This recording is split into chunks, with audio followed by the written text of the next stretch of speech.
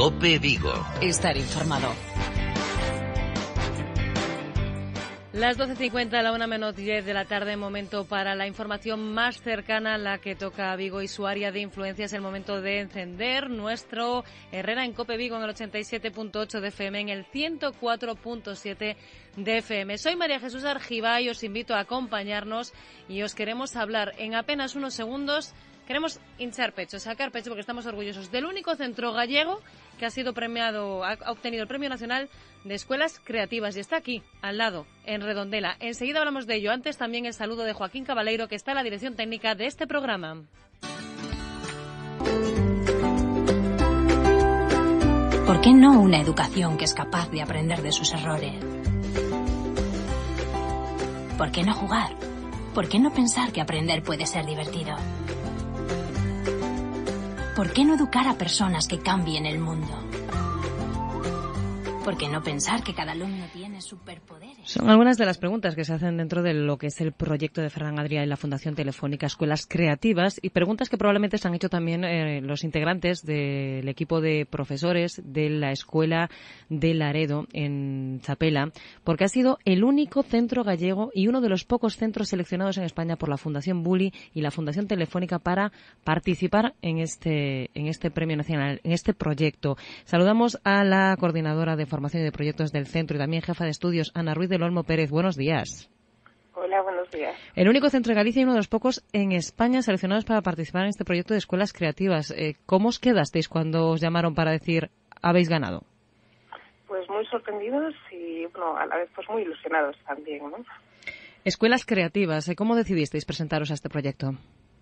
Vimos la propuesta, ¿no? Y la verdad es que entendíamos que era algo que encajaba perfectamente, ¿no?, en nuestra manera de trabajar y crear escuela, y ya fuimos, ¿no?, a por todas para seguir formándonos y mejorando cada día.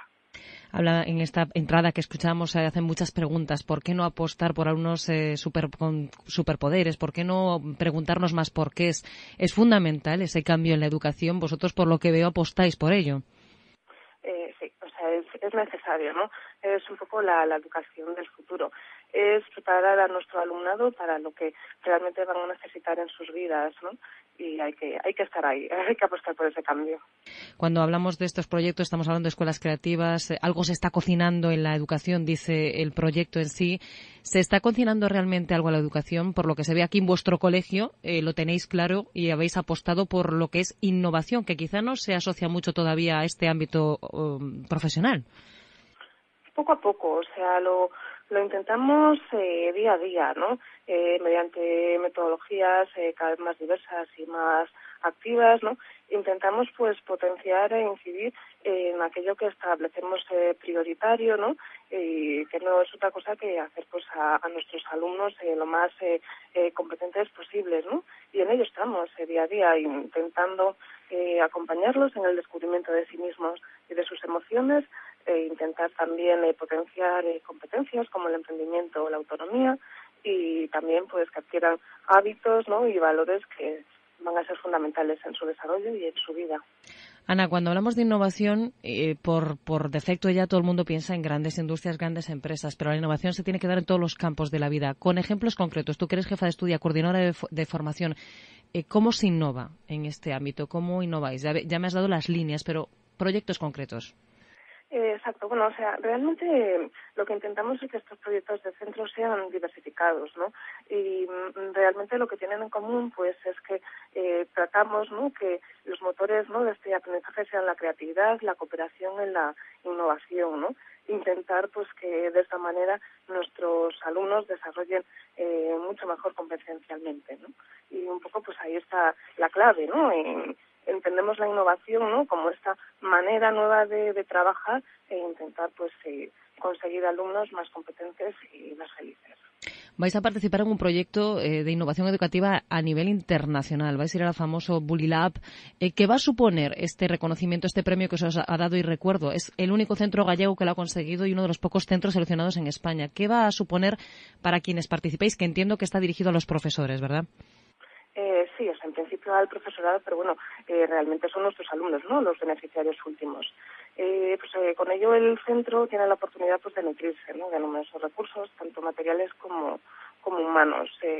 Empezamos, ¿no?, con una formación docente, y en esta formación, pues mediante la aplicación del método Sapiens, pues intentaremos mejorar nuestro perfil creativo y organizativo, ¿no?